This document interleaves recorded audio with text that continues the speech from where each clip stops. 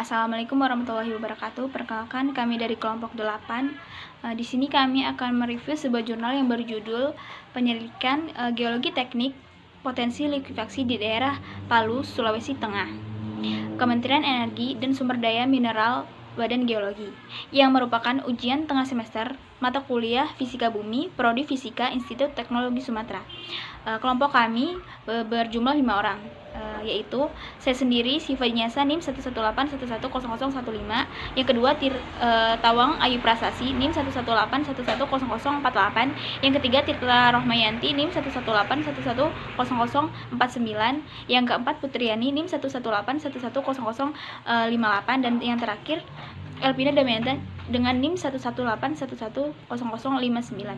Pada tanggal 28 September 2018, Indonesia dikejutkan dengan terjadinya gempa bumi dan tsunami dengan berkekuatan 7,4 skala Richter pukul 18.02 waktu Indonesia bagian tengah di Palu. Palu merupakan salah satu daerah yang sering terjadi gempa dengan seismitas yang tinggi. Kondisi alam tersebut memiliki beberapa potensi yang merugikan, di antaranya potensi likuifaksi. Apa itu likuifaksi? Likuifaksi merupakan gejala peluluhan pasir lepas yang bercampur dengan air akibat goncangan gempa, di mana gaya pemicu melebihi gaya yang dimiliki litologi setempat dalam menahan goncangan tersebut. Penyelidikan ini bermaksud untuk mengetahui potensi likuifaksi di daerah Palu tersebut dan bertujuan untuk membuat mikrozonasi potensi likuifaksi dan memperkirakan akibat likuifaksi tersebut terhadap infrastruktur di daerah Palu. Lokasi penyelidikan berada di wilayah daerah Palu, Sulawesi Tengah. Secara geografis terletak pada koordinat 119 derajat 51 menit 00 derajat sampai 119 derajat 56 menit 00 derajat bujur timur dan 00 derajat 52 menit 00 derajat sampai 00 derajat 59 menit 00 derajat lintang utara. Adapun lingkup pekerjaan penyelidikan yang dilakukan meliputi sejumlah tahapan pekerjaan, salah satunya 1. Tahap persiapan. Di antaranya menyiapkan administrasi, mengumpulkan data, dan melakukan studi literatur. 2. Pekerjaan lapangan. Di antaranya 1. Menyelidiki sebaran tanah atau batuan, terlebih dalam sifat sisis tanahnya. Yang kedua, pengamatan geomorfologi seperti bentang tanah, lahan, dan lain-lain. 3. Pekerjaan sortir. Pekerjaan ini menggunakan alat yang dengan tipe konus dan bikonus. Yang keempat, pemboran tangan. Dan kelima, mengambil contoh tanah dan batuan, seperti contoh tanah tidak terganggu dan contoh tanah yang terganggu. Contoh tanah yang tidak terganggu diambil menggunakan tabung yang terbuat dari baja, sedangkan contoh tanah yang tidak terganggu diambil menggunakan plastik. 6. Pengamatan kondisi air tanah. Yang ketiga, tahap pekerjaan laboratorium. Di antaranya 1. Penguji basic properties. Yang kedua, penguji index properties. Yang ketiga, penguji engineering properties. Yang keempat, pekerjaan kantor. Di sini kita mempelajari dan mencari hubungan serta pengaruh dari faktor-faktor tersebut, seperti morfologi, litologi, dan struktur geologi tata guna lahan. Aktivitas manusia. Hasil dari analisis tersebut didiskusikan untuk mendapatkan masukan dari para ahli. Yang kelima, jadwal penyelidikan. 1. Tahap persiapan dilakukan pada awal bulan September. Yang kedua, tahap pekerjaan lapangan dilakukan pada akhir bulan September. Yang ketiga, tahap pekerjaan laboratorium dilakukan pada awal bulan Oktober. Yang keempat, tahap analisis data primer dan sekunder dilakukan pada bulan November. Dan yang terakhir, tahap penyusunan laporan dilakukan pada bulan Desember. Sedangkan alat-alat yang kita gunakan pada penyelidikan ini ialah 1. Kompas, 2. Alat sondir berkapasitas 300 kg, 3. Bor tangan, 4. GPS, dan yang terakhir alat tulis. Assalamualaikum warahmatullahi wabarakatuh. Perkenalkan, nama saya Tawang Ayu Prasasi, NIM 118110048, dari program studi fisika, kelas fisika tanah dan batuan. Nah, di sini saya akan menjelaskan bab 2 dari jurnal yang berjudul Penyelidikan Teknik Geologi Potensi Likuifaksi Daerah Palu, Provinsi Sulawesi Tengah. Di bab 2 ini saya akan menjelaskan tentang kondisi umum Kota Palu. Secara geografis, Kota Palu ini berada di sepanjang sepanjang pantai Teluk Palu. Nah, secara administratif itu dikelilingi oleh Kabupaten Donggala dan Teluk Palu. Secara morfologi dibagi menjadi dua, yaitu morfologi dataran dan morfologi denudasi dan perbukitan. Untuk morfologi dataran itu Kota Palu itu secara topografi tidak teratur, lemah, dan daerahnya sering mengalami banjir musiman. Karena material utama dari struktur tanah Kota Palu ini yaitu aluvial dari sungai dan pantai. Untuk morfologi denudasi dan perbukitan itu kenampakan morfologinya itu bergelombang lemah hingga bergelombang kuat. Nah, untuk daerahnya sendiri itu memiliki kemiringan 5-15%. Nah, untuk Kota Palu sendiri ini juga dapat dilihat dari geologinya. Secara geologi Kota Palu ini.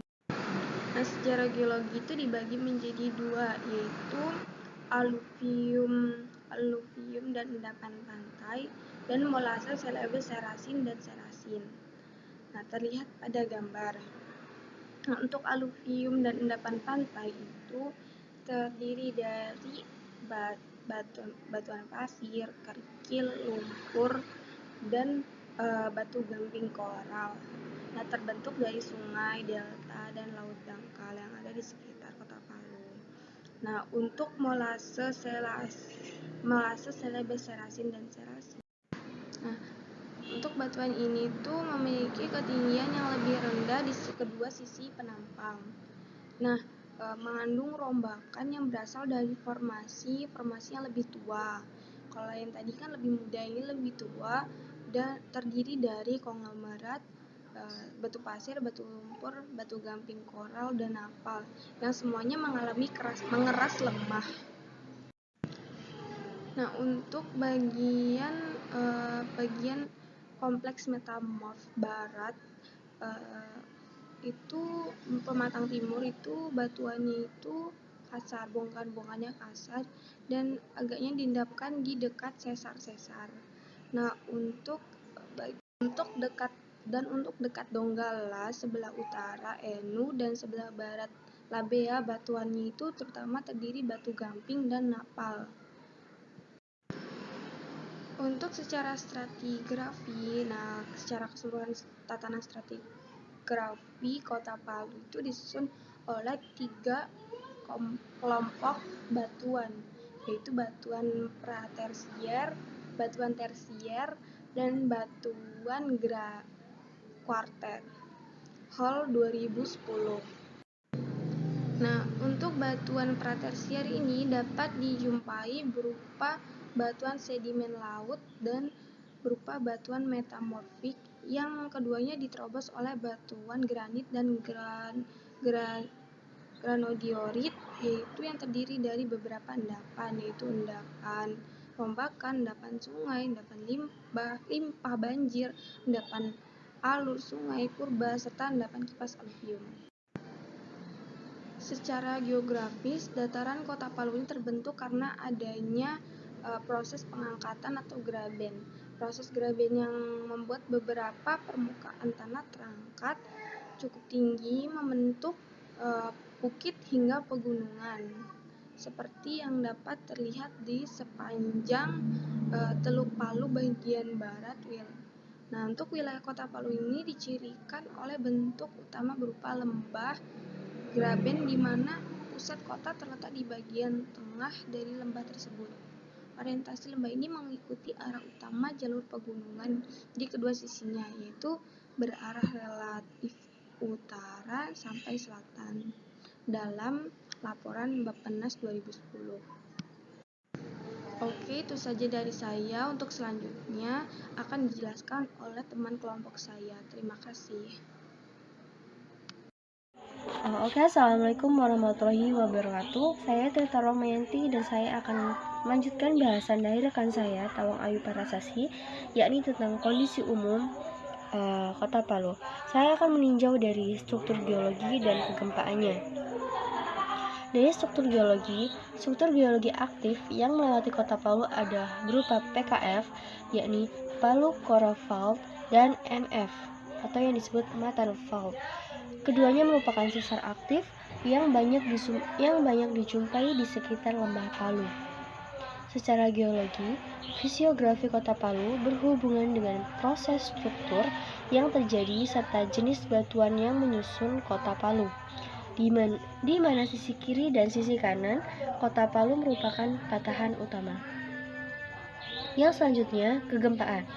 Secara regional, Palu merupakan daerah gempa aktif, di mana menurut peta seismisitas USGS memiliki kedalaman epicentrum kurang dari 150 km. Menurut klasifikasi zona gempa Indonesia, gempa yang terjadi di wilayah Palu termasuk dalam tipe zona perubahan atau transform zone, yaitu gempa yang diakibatkan karena dua lempeng tektonik bergerak saling menggelangsar, sejajar namun berlawanan arah. Selanjutnya saya akan membahas bab 3, yakni geologi teknik. Berdasarkan hasil analisis geologi teknik, maka daerah penyelidikan dibagi menjadi dua satuan, yakni yang pertama satuan aluvium dan endapan pantai. Pada daerah dibentuk oleh endapan aluvium, lapisan tanah umumnya terdiri dari pasir di bagian atas, lanau di bagian tengah, dan lempung di bagian bawah. Pasir berwarna abu-abu, lepas, pemilahan jelek, porositas baik, permeabilitas baik dengan ketebalan 1,7,2 meter. Lanau dijumpai di bawah pasir berwarna coklat abu-abu, lunak namun teguh, plastisitas sedang dengan ketebalan 0,2 sampai 0,7 meter. Sedangkan lempung berwarna coklat, lunak namun teguh, plastisitas tinggi dengan tebal bervariasi antara 0,1 sampai 2,7 meter. Kedalaman muka air tanah berkisar antara 0,5 sampai 16 meter di bawah muka tanah. Hasil analisis laboratorium mekanika tanah dari contoh pasir memiliki nilai daya dukung yang diizinkan pada formasi ini berkisar antara 10,958 sampai 60,767 ton per meter persegi. Sedangkan hasil analisis laboratorium mekanika tanah dari contoh lanau memiliki nilai daya dukung yang diizinkan pada formasi ini berkisar antara 7,717 sampai 18,493 ton per meter persegi. Hasil analisis laboratorium mekanika tanah dari contoh lempung memiliki nilai daya dukung yang diizinkan pada formasi ini berkisar antara 9,944 sampai 18,744 ton per meter persegi. Yang selanjutnya yakni satuan molasa, selebes, serasin, dan serasin. Yakni tanah pelapukan pada formasi ini umumnya berupa pasir berwarna abu-abu, lepas, pemilihan baik, porositas baik, permeabilitas baik dengan ketebalan 3,5 meter. Kedalaman muka air tanah umumnya dalam, yaitu 16 meter di bawah muka tanah. Berdasarkan uji sondir, nilai tekanan konus sebesar 8,87 sampai 133 kg per sentimeter persegi. Hasil analisis laboratorium mekanika tanah dari contoh lempung endapan aluvial antara lain nilai daya dukung yang diizinkan pada formasi ini adalah kurang dari 58,6708 ton per meter persegi. Dan bahasan selanjutnya tentang potensi likuifaksi akan dijelaskan oleh rekan saya. Terima kasih. Assalamualaikum warahmatullahi wabarakatuh. Perkenalkan, nama saya Elvina Damayanti dengan NIM 118110059. Di sini saya akan menjelaskan beberapa metode yang digunakan dalam penyelidikan geologi teknik potensi likuifaksi di daerah Palu, Provinsi Sulawesi Tengah. Metode yang pertama yang digunakan yaitu metode kualitatif. Metode kualitatif yaitu suatu metode dengan menggunakan pendekatan kualitatif terhadap potensi likuifaksi, berlaku untuk skala kecil atau formasi batuan. Hasil dari metode kualitatif ini yaitu suatu gambaran umum tentang kecenderungan potensi likuifaksi. Dalam metode ini dipengaruhi oleh beberapa faktor. Faktor yang pertama yaitu ketebalan tanah pasiran kurang dari 12 meter di bawah permukaan tanah. Yang kedua, kedalaman muka air tanah kurang dari 10 meter. Dan yang ketiga, estimasi batas kritis percepatan gempa permukaan yang mengacu likuifaksi jika terdapat data bor dengan estimasi metode Seed and Idris.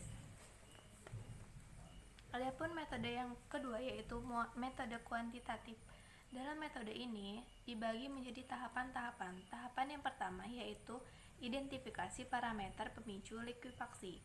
Tahapan yang kedua yaitu identifikasi parameter kemampuan litologi terhadap likuifaksi. Yang ketiga, indeks potensi likuifaksi, dan yang keempat, prediksi penurunan dan perpindahan lateral. Sekian, terima kasih. Baik, di sini saya akan melanjutkan. Di sini kita akan membahas tentang potensi likuifaksi terhadap tata guna lahan. Jadi dari hasil perhitungan LPI untuk penurunan tanah dan perpindahan lateral dapat kita kategorikan menjadi 3, di mana yang pertama ada potensi sangat tinggi, di mana penurunan tanahnya lebih dari 5 cm dan perpindahan lateralnya lebih dari 15 cm. Kemudian ada potensi tinggi di mana perpindahan lateralnya lebih dari 10 cm dan penurunan tanahnya kurang dari 5 cm. Kemudian potensi sangat rendah, yang mana penurunan tanahnya kurang dari 5 cm dan perpindahan lateralnya lebih dari 10 cm. Di sini bisa kita lihat bahwa potensi tinggi dan potensi sangat rendah itu memiliki nilai penurunan tanah dan perpindahan lateral yang sama. Jadi kita bisa membedakan dengan melihat nilai probabilitasnya. Untuk probabilitas yang potensi sangat tinggi, nilainya lebih dari 54,44%. Kemudian potensi tinggi memiliki nilai probabilitas lebih dari 11,90% sampai 54,44%. Kemudian potensi sangat rendah itu memiliki nilai probabilitas kurang dari 11,90%. Nah, dapat kita bilang bahwa sebagian besar daerah penyelidikan atau PALU itu memiliki LPI atau indeks potensi likuifaksi antara 5 sampai 15. Kemudian kita juga dapat melihat dari tumpang susun peta tata guna lahan bahwasanya memang sebagian besar di daerah Palu memiliki potensi likuifaksi, di mana potensinya sangat tinggi. Nah, setelah itu saya akan membacakan kesimpulan dari jurnal yang sudah kami jelaskan. Jadi yang poin pertama, lapisan tanah daerah penyelidikan terdiri dari pasir bagian atas, kemudian lanau di bagian tengah dan lempung di bagian bawah. Poin kedua, dari peta muka air tanah dapat diketahui bahwa Palu mempunyai muka air tanah yang dangkal, di mana nilainya kurang dari 12 meter. Kemudian poin ketiga, dari data kuantitatif bahwa Palu dapat dibilang berpotensi tinggi, terutama di daerah Kalkubula, Birobuli, kemudian Tatura, Sunju, Lereh, Lolu, lalu Kawatuna, dan Birobuli Selatan. Poin keempat, dari hasil perhitungan nilai daya dukung tanah kita dapat kategorikan menjadi 2, yaitu daya dukung tanah sedang, di mana nilainya 7,2 sampai 21,6 ton per meter kuadrat. Kemudian daya dukung tanah yang tinggi, di mana nilainya lebih dari 21,6 ton per meter kuadrat. Kemudian poin kelima, yang terakhir, Memang di daerah penyelidikan sebagian besar memiliki potensi yang sangat tinggi, di mana indeks potensi likuifaksinya lebih dari 15. Ya, jadi cukup segitu aja. Saya selesaikan. Kurang lebihnya mohon dimaafkan. Wabillahi taufik wal hidayah. Wassalamualaikum warahmatullahi wabarakatuh.